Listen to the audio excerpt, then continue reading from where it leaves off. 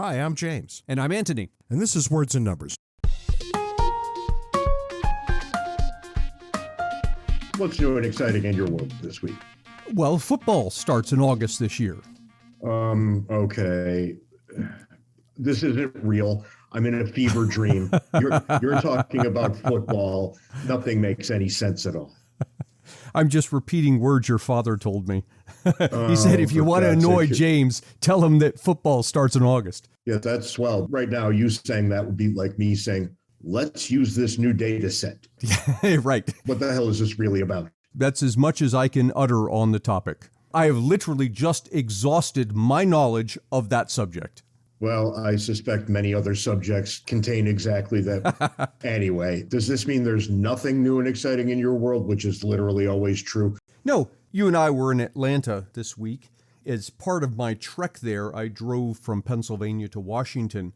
And I'm going on this back road through much of Pennsylvania, rural area, and I pass over maybe 100-mile stretch, $6 Generals. Discount chain sells generally food, I guess. And often the recipient of scorn. Yeah, every place I've lived, it's been very rural. There's always been Dollar Generals there. They're cheap, they're ubiquitous.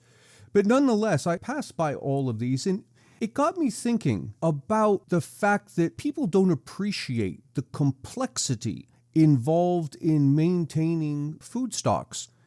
We just take for granted that you walk into a store like this and whatever kind of food you want, generally speaking, is going to be there. But you got to stop and think about that. This is an incredibly complex problem of getting food from farms to grocery distributors to grocery stores. There's questions of what sorts of food, when do you order them, how much inventory do you keep on hand because the stuff goes bad, which means trying to predict how many customers you're going to get. And of course, customers may or may not come. That's up to them. And yet we pull this off. When I say we, the people, the market, pulls this off with such skill that it's very rare that you walk into a store anywhere, expensive, inexpensive, and find empty shelves. It's also very rare that you could go to that same store and find them throwing away old product.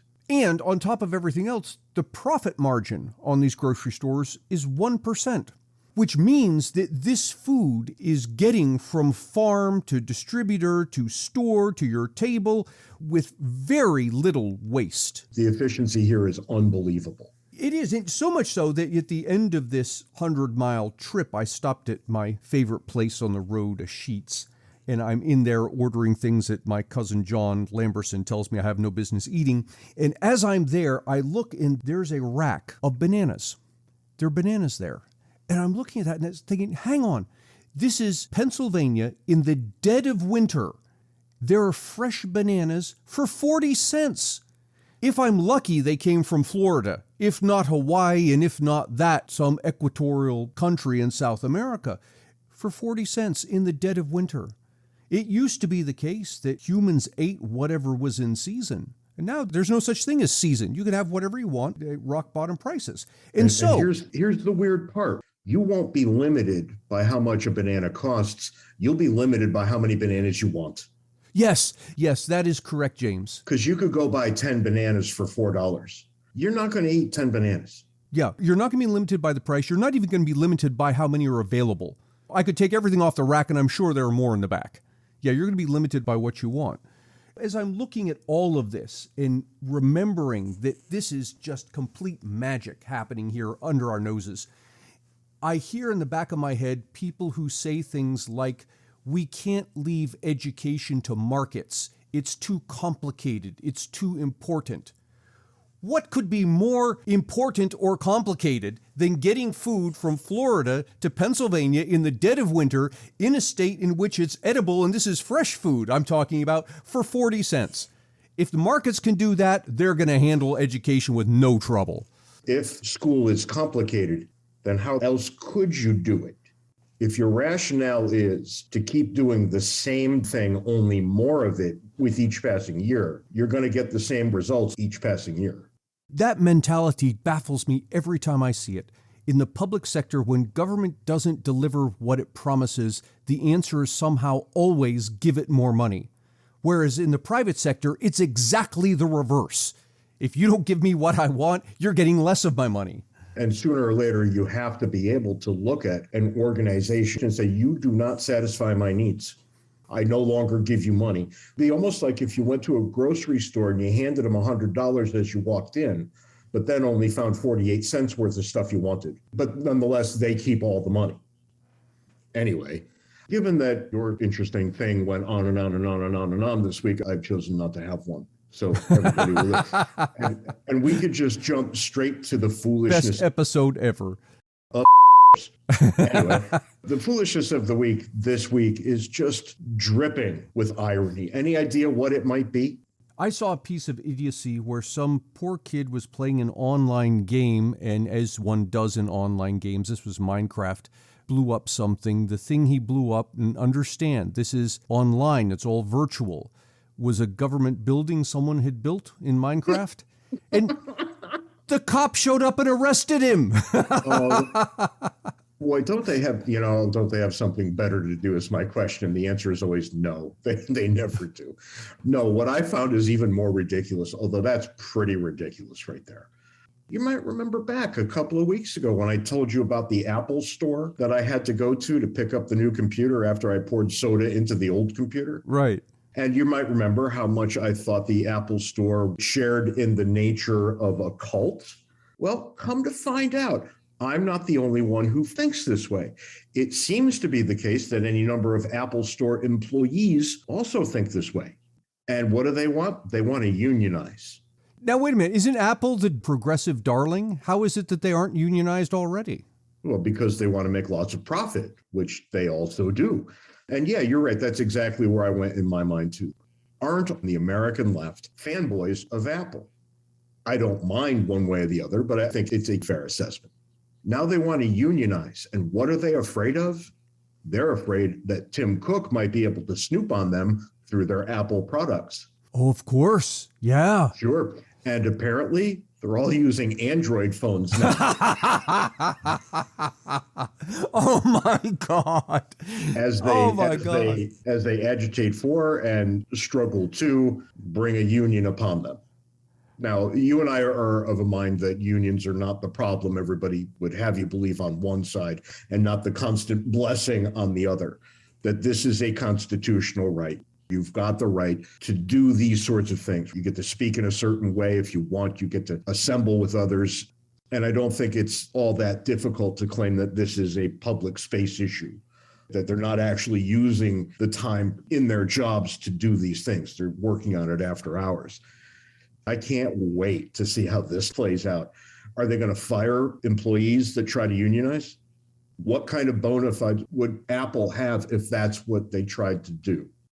And yet, as businessmen, they're going to do exactly that if they can.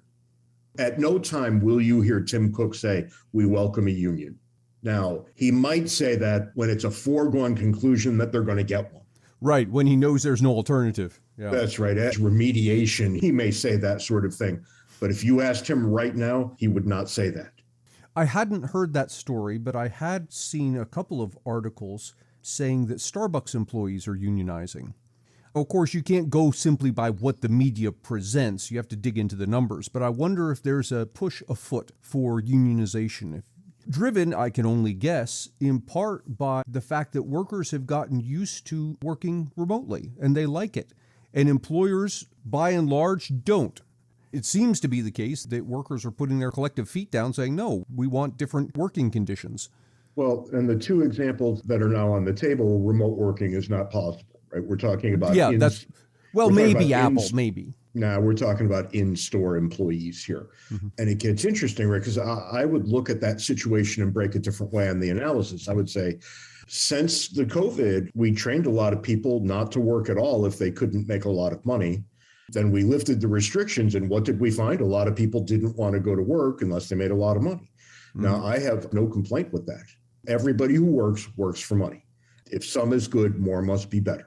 So I'm right there with you. Now, I don't understand with any great clarity how much Apple employees are worth. Apple understands that question better than I do. And believe it or not, the employees at Apple understand that question better than I do. If they're thinking about a union problem, they're at loggerheads as to what the correct answer is. And I think that's always the case with things like this. I'm not anti-union, not by a long shot. I'm anti-mandatory union every day of the week. Now, this is so interesting that I kind of want to see it later.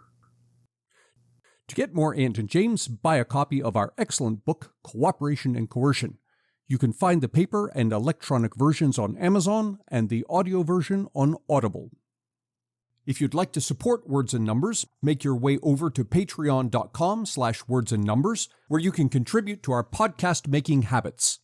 If you'd like to schedule us to come speak at your event, be it corporate or educational, or have James officiate at your wedding, send us an email at wordsandnumberspodcast@gmail.com.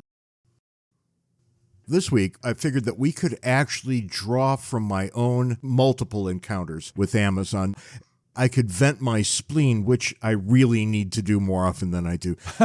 Wait a minute, more often than you do. I hardly ever vent my spleen. I'm an easygoing, level-headed, rational kind of guy. All right, so what do you have to say about Amazon? What have they done to you? When they were bungling customer service, I told them that I would be using it as an object lesson in how not to do business on a podcast that lots of people listen to. They were unimpressed, and they kept right on doing the same things. But we'll get to those stupid things in a minute. Amazon has been probably the thing that brought me the most happiness in the last 2 years. Yeah, in fact, we've talked about Amazon a couple of times in past episodes and had wonderful things to say about them. This will be the first time we have ever criticized Amazon in public. But Amazon has an interesting history. Jeff Bezos was alone facing the world in this crackpot startup that sold books for 80 cents on the dollar. We all looked at it years ago and said, well, that's pretty cool that I can get a cheap book and get it pretty quickly, but I don't know, this doesn't sound like a way to make a living for the rest of your life. Fast forward a little bit, and Amazon's one of the biggest companies, not only in the world, but that the world has ever seen. This is something that I don't think younger people realize. Amazon was a book company. All it sold was books. That was it. I just said that and never even thought that young people would not know that at all. Yeah. But that's right. You got books. And I myself sold lots of books on Amazon because they had third-party sales of books and books only back when. I pulled up an interview from 2013. There are 7 observations here. Number 1, don't just listen to your customers, understand them. 2, serve the needs of the customer. That sounds like the same thing as number 1. Here's a fun one. The empty chair, the most important person in the room. Bezos would bring an empty chair into meetings, and they tell his top executives that they consider that seat occupied by their customer. So the first 3 of these 7 things are absolutely customer service. Number 4, never settle for 99%. 99% is pretty good in a lot of people's books. Yeah, it really is. Number 5, what do you know? It's about customers again. Respect today's customers. And I want to drag your attention to a little bit of text that appears right underneath. If you make customers unhappy in the physical world, they might each tell 6 friends. If you make customers unhappy on the internet, they can each tell 6,000. Which is less than the number of people that are going to listen to you right now. That's right. If Amazon is paying attention, 6,000 is a bit of an underrepresentation. We're going to hit a little more. That one was the funny one. 6, strive to create a customer-centric company. You're sensing a theme here. Number 7, don't be afraid to apologize. These are just the building blocks of great customer service. It shouldn't take a genius to figure this out. And yet it probably did, right? Bezos, pretty sharp guy, and pretty clear that he knew exactly what he wanted to do with this company over the long haul. Of course, all of this was done in order to grow the company ever larger every year, which has in fact happened. And the bigger the company gets, the less likely it is to hit any of these 7 things. Big companies are dreadful at customer service. The reason, interestingly, has to do with an economic phenomenon. People seem to understand at a gut level the idea of economies of scale. On the one hand, they think it's a good idea because the bigger the company gets, the lower its cost per unit. That translates into lower prices for consumers. But then on the other hand, people get concerned about it because they say, well, but if a company gets big enough, it can drive prices down so far, it shuts out all the competitors, it becomes a monopoly, and you hear this concern that economies of scale can be a bad thing. What non-economists tend not to realize is that there is a thing called diseconomies of scale that are as real as economies of scale. And what happens is the bigger the company gets, up to a point, its cost per unit falls, but then it turns around and starts rising. There's some maximum size that if a company gets bigger than this maximum size, you start to see the thing you're seeing now. It shows up first in things like poor customer service. The things it used to do well, it now starts to do poorly. Its cost per unit starts to go up, and all of a sudden, it's no longer competitive. Let me start with the recent travails with Amazon. I live in a semi-urban environment. I expect to get my Amazon packages off the Amazon truck. It's in the neighborhood literally every day. So I ordered a bookcase. It got great reviews. It looked fine. And I should say that I need this bookcase to be in my closet because I don't have enough room for my library in my office. We're going to start taking over portions of a very large walk-in closet. So I needed a bookcase, a nice cheap one. I ordered it. I ordered walnut. But don't you know, they sent one, was painted white. All right, mistakes happen. So I get in touch with them and they tell me what I have to do to send it back. I have to take it to a place that is not an Amazon place.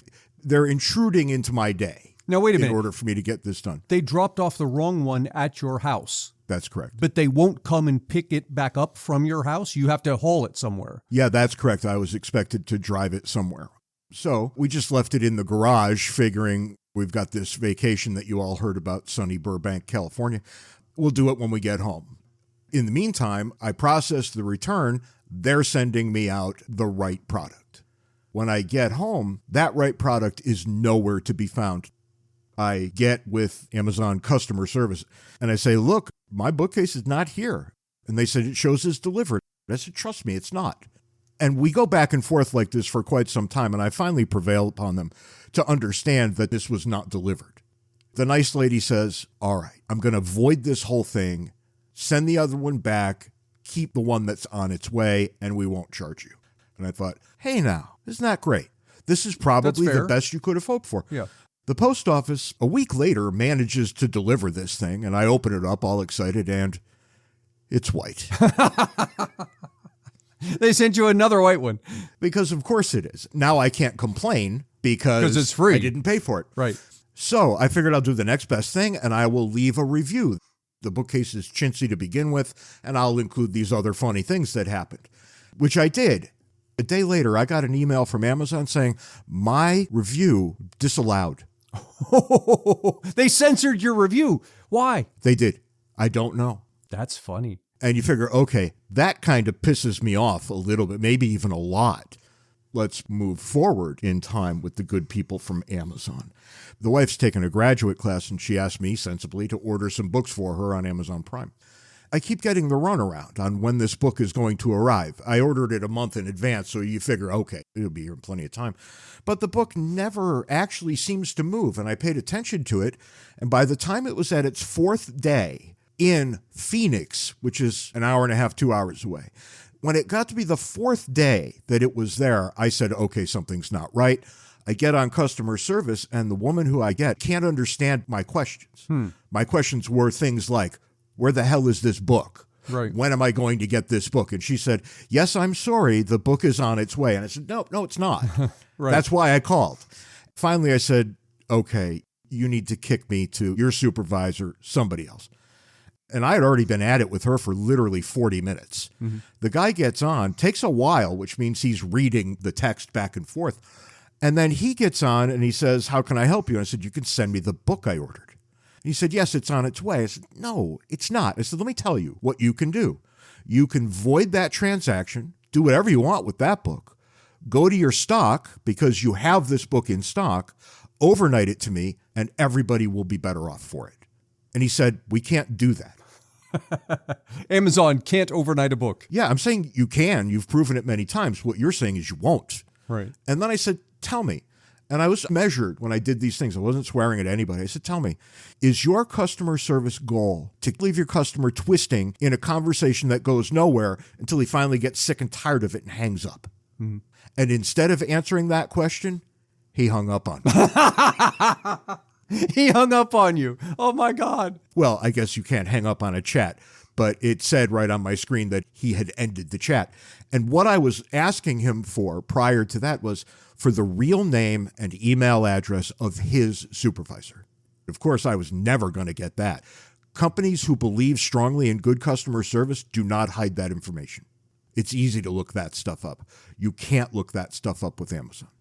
The next day, I called again, and they said, oh, yes, it's en route. I said, nope, one more day, no, it's not.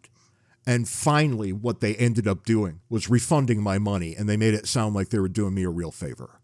What did not happen? The wife never got the book that she had to read by Tuesday, and I was having these discussions on Saturday.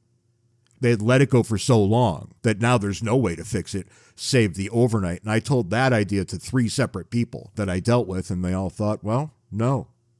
And this is the kind of thing that you see from even a great company. This is the first sign that there's a deterioration happening. This is the thing you and I have said before when people say to us, well, look, Amazon's a problem because it's so large, it's going to become a monopoly. Yeah, no, that's not right. No. That's not right at all. What we have said is, look, Amazon is large simply because it gives customers what they want, and the minute it stops giving customers what they want, customers are going to go somewhere else and it will cease to be large.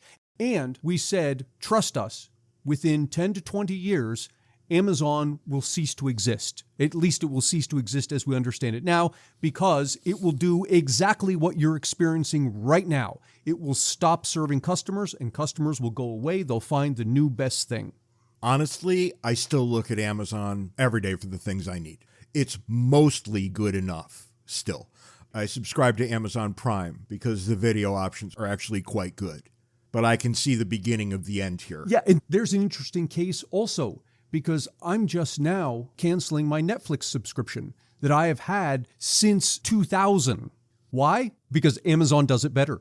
That's why. I think Amazon does do video better, probably better than everybody except the HBOs and Showtimes and things like this. But if you look through history, there are tons of companies like this that at the time people talked about them the way they talk about Amazon now, that these companies are huge, they're going to take over the market, they're going to stifle competition, and in every single case, what happened is the same thing you're experiencing. They got so large, their customer service declined, and customers went elsewhere. I'll give you what I think is the best example. That's America Online. America Online in 2000 had 23 million subscribers. And the thing that young people don't know about this is there was an AOL startup disc in every single thing you bought. Oh, yeah. If you went and bought a box of cereal, you were going to get the America Online disc. Oh, they'd mail it to people. I would get one a month. Oh, it had gotten so ridiculous that people were making Christmas ornaments from them, mobiles to put over babies' beds. But that disc was your entry to America Online. At the time, America Online was poised to become an internet within the internet. Back in the early 2000s, you would see advertising for some product. And in the ad for the product, they would have a little tagline that would say AOL keyword. And there was some keyword, that's what you'd call a tag today, that you would go on AOL and you type in the keyword, you could get information. But that's how ubiquitous AOL was, that regular advertisers were including AOL keywords for their products in the ads. So at the time, in 2000, AOL had 23 million subscribers. Now, that's not a lot today, but at the time, that was 10% of all world users. 10% of everyone who was on the internet was coming through AOL. Now, put Amazon in perspective. Amazon's total sales are only 2% of world retail sales. Amazon today is actually smaller relative to the world market than what AOL was. And yet, where's AOL? It disappeared because it didn't give customers what they wanted. I remember going with my mother to go out shopping. Shopping for us was always Kmart or Sears. Kmart and Sears were cheap long before Walmart existed. And granted, the products were not great. It's not like you were getting top shelf shoes when you went to Kmart. You were getting what they called the blue light special. The blue light special, right. They would move a cart around the store and you could walk in and look for the blue light. The flashing blue light. Yep, that was what was on sale at that moment. And my shoes were blue light specials every time. But I remember when my mother made a comment. She looked around one day in Kmart and she said, "It's always dirty in here now." They're going to go out of business. Yep. And it was always dirty. And they did go out of business. Sears was a little cleaner, and they had a bigger share of the market, especially after Kmart disappeared. But even so, same sorts of things happened there. Right up to the end, I was having the same kinds of customer service problems from Sears that you're describing from Amazon. And sure enough, Sears was in a death spiral. it was a year later and Sears was bankrupt. When a company refuses to help its customers, bad things are going to happen. I forgot one. I should say that having made this giant mess in online texting and what have you, I thought to myself, I usually get better customer service at Twitter. I'll tweet. Oh, yeah. And immediately somebody from Amazon CS was saying, how can I help? I told them how, and then they stopped talking. You remember Howard Johnson's? Yeah, of course. Used to go there for coffee every weekend. Maybe a half a step up from a McDonald's. Coast to coast, they had 1,000 restaurants going back to the 1950s, 1960s. I loved them, and they were largely attached to hotels. But gone now. Compact computer in the early days of personal computers, they were the standard. What IBM was to business machines, Compaq was to personal machines. It would have been what today we would call Dell. Compaq, gone. And same thing. These are gargantuan companies whose status as gargantuan companies is granted by customers. And the minute they stop serving customers, the customers withdraw that status. It's so obvious. How they could miss it leads me to believe that they now have a culture of failure. And once you start a culture of failure, it only grows. There's no way. You either nip it in the bud on day one or it grows forever and does you in. It's like a cancer. And that's what I'm seeing, this sort of cancerous approach to customer service. We frequently say that one of the problems with a command economy is that you separate the decision makers from the people who have to live with the decisions. And whenever you do that, you get bad outcomes. Yeah. I wonder if there's something similar at play here, that the larger a company gets, the more divorced the decision makers become from the people who are actually interacting with the customers. My hypothesis is you get into a situation where the bureaucracy of the corporation becomes an end to itself. It sees its goal not as serving customers, but as maintaining its status quo.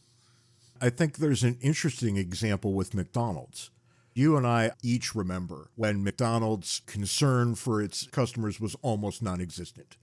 You'd walk into a McDonald's and you'd be almost as likely to get somebody else's order as your own. Right. Everything was dirty. And don't you know, McDonald's actually did it right. They came roaring back. Every McDonald's I go to now looks clean. It looks modern. The customer service is outstanding. They put that little board up so you can see when your order is coming. And everybody knows how long it's taken. McDonald's, I think, was also in a death spiral at one point, and it dragged itself out. Now, inner city McDonald's, airport McDonald's, still not great. But the ones that you go to in suburban America, not bad. So it can be done.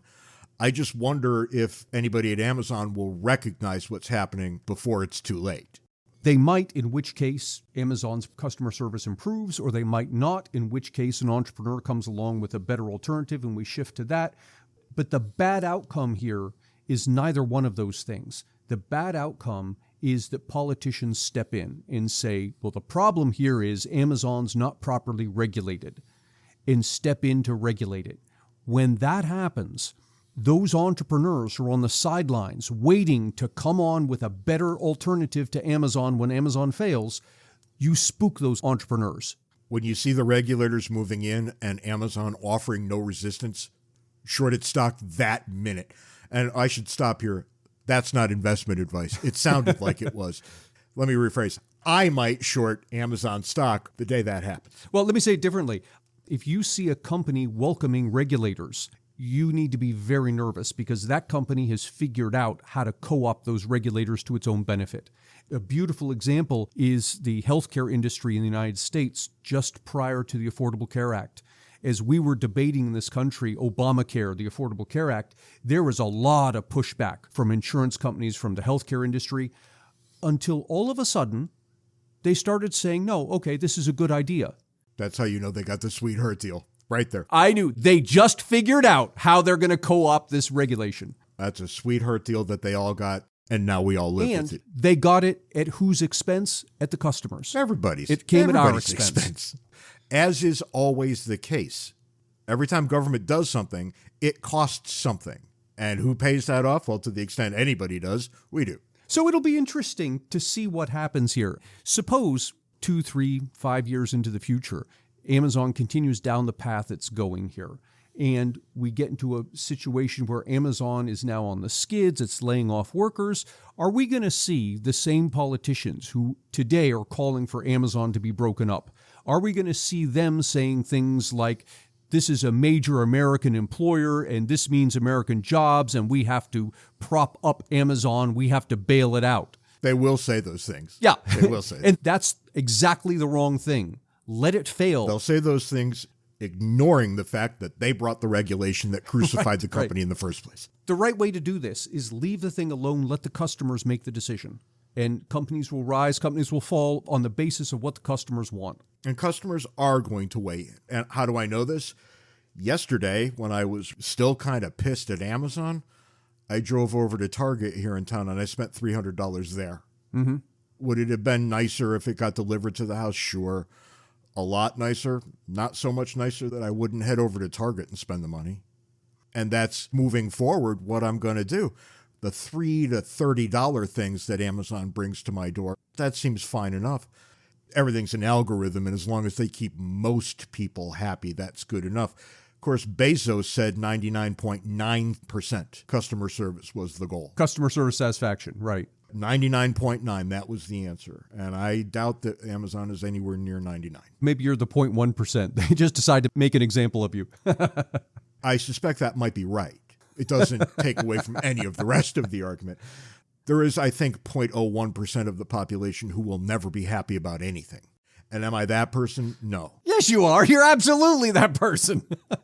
I'm the guy who has the temerity to think that what I paid for should be what I get.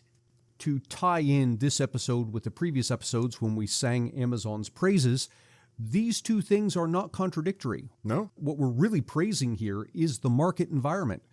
When Amazon serves customers, customers grow it. When it doesn't, customers abandon it. And that's exactly what you're seeing going on here. This is the way markets are supposed to work. The nice thing is I know something better will come. The downside is that I have no idea what that is yet. That's all the time we've got this week on Words and Numbers. We'll come back next week when I'll tell you how many of my orders Amazon has screwed up. But until then, follow us on Twitter. Handles are in the show notes. Join our Words and Numbers Backstage Facebook group where the conversation continues. And send us email, wordsandnumberspodcast@gmail.com. There you go. If you're out there and you're thinking, I want to send them something that's kind of crazy, you're going to have to up your game because we've got all kinds of lunacy coming our way there. A number of you say, Dear Anthony, thinking that I don't look at these things. And you're largely right, but sometimes I do look at them, and the ones I've looked at lately have been batshit crazy. They don't want to incur the wrath of the James. Yeah, keep up the good work out there. You could never be crazy enough by email. I look forward to seeing the next thing that comes. Until next week, be nice to each other. It'll be all right. You can do it. I mean, even if you don't like it, you think of it as the adult version of eating your vegetables. Let's give it a shot. Report back how you've done this week. Ant, you have a lovely week. See you next week, James.